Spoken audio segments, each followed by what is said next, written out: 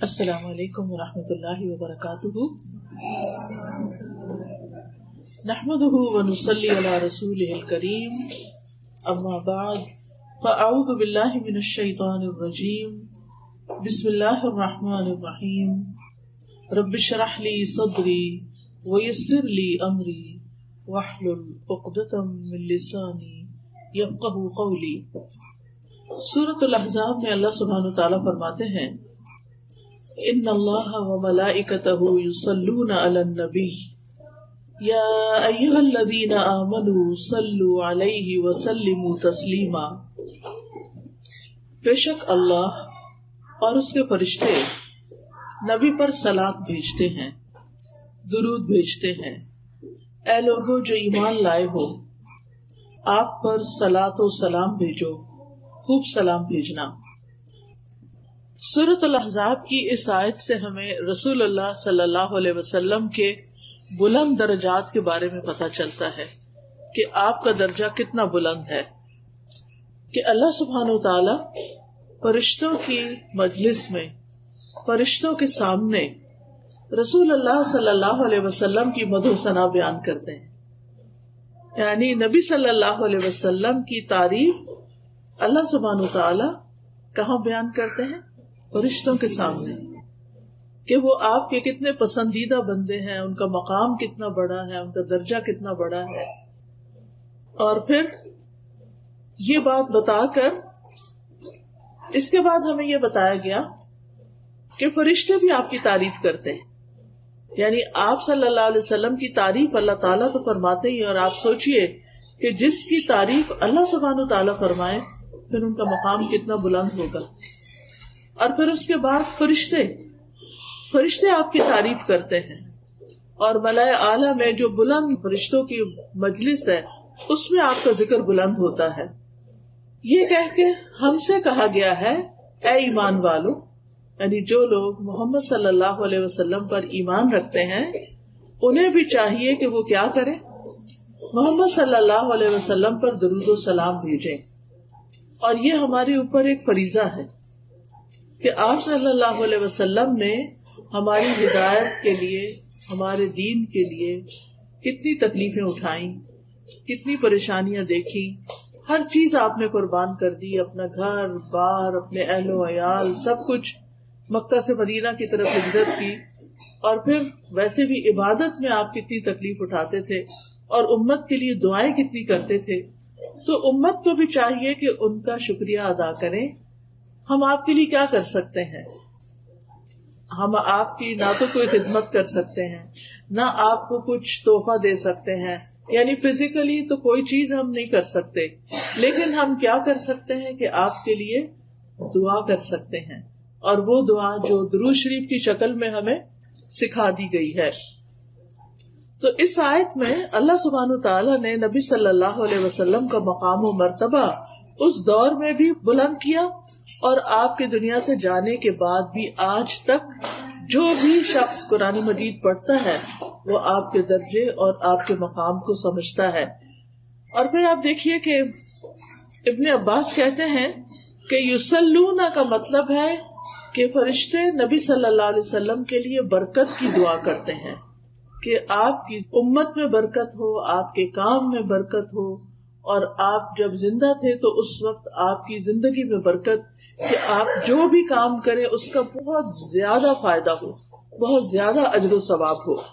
اور پھر آپ دیکھیے کہ صرف ہمیں صلاۃ بھیجنے کو، درود بھیجنے کو ہی نہیں کہا گیا، بلکہ اس کے ساتھ ساتھ ہمیں سلام بھیجنے کو بھی کہا گیا.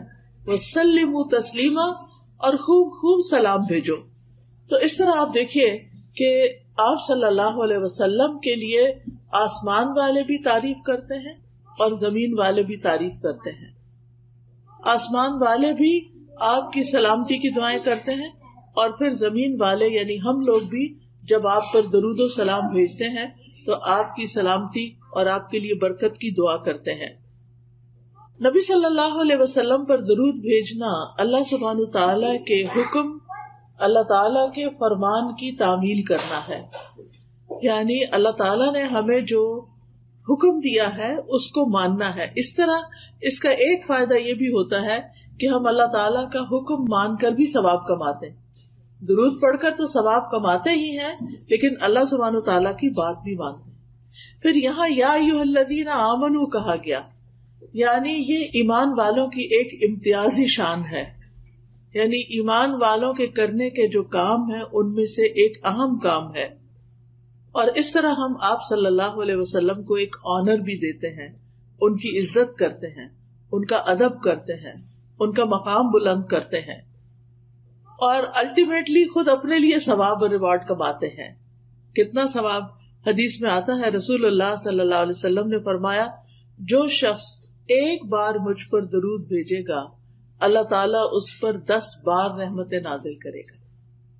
یعنی ویسے تو یہ کہ اللہ کی رحمت حاصل کرنے کے اور بھی کام ہیں، لیکن یہ سب سے آسان اور سب سے بہترین کام ہے کہ جب بھی ہم چاہیں کہ اللہ تعالیٰ ہم پر اپنی رحمت نازل کرے تو ہم کیا کرنا شروع کر دیں؟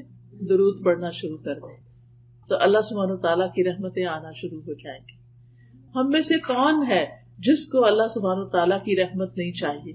ہم میں سے ہر ایک اس رحمت کا محتاج ہے اور اس کا منتظر ہے. نہ صرف یہ کہ رحمت نازل ہوتی ہے بلکہ اس کے ساتھ ساتھ گناہ بھی معاف ہوتے ہیں، نیکیوں میں اضافہ ہوتا ہے. ایک اور روایت سے پتہ چلتا ہے کہ جو شخص ایک مرتبہ درود بھیجتا ہے اس پر 10 رحمتیں آتی ہیں، اس کے 10 گناہ معاف ہوتے ہیں اور اس کے 10 درجے بلند ہوتے ہیں.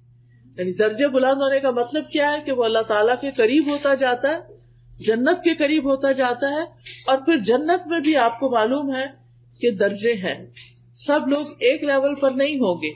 جن کے درجے اونچے ہوں گے ان کا مقام بہت بلند ہوگا اور وہ بہت زیادہ اور بھی زیادہ شان والے ہوں گے. جیسے آپ دیکھتے ہیں کہ دنیا میں بھی سب لوگوں کے درجے ایک جتنے نہیں ہوتے، کوئی کسی لیول پہ ہے، کوئی کسی پہ. خود خاندانوں میں، رشتہ داروں میں ہر ایک کا سٹیٹس الگ الگ ہے. لیکن جو شخص درود پڑھتا ہے اور جو جتنا زیادہ درود پڑھتا ہے اس کا سٹیٹس اللہ کی نگاہ میں اتنا ہی بلند ہوتا چلا جاتا ہے.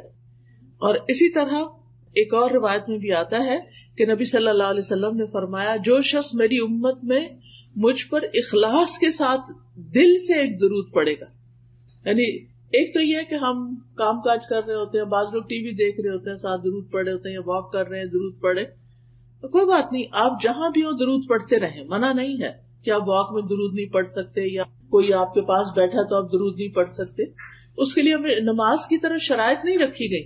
نماز میں تو یہ ہوتا ہے نا کہ پھر آپ کو وضو کرنا ہوتا ہے، پھر آپ اپنا لباس پراپر رکھتے ہیں، پھر آپ قبلے کی طرف منہ کرتے ہیں، پھر آپ کو کسی سے بات نہیں کرنی، آپ کچھ کھا نہیں سکتے، آپ بول نہیں سکتے، آپ سو نہیں سکتے، آپ ہل جل نہیں کر سکتے. نماز کی تو یہ ساری شرائط ہیں، وہ تو ہمیں نماز کے لیے پوری کرنی ہے.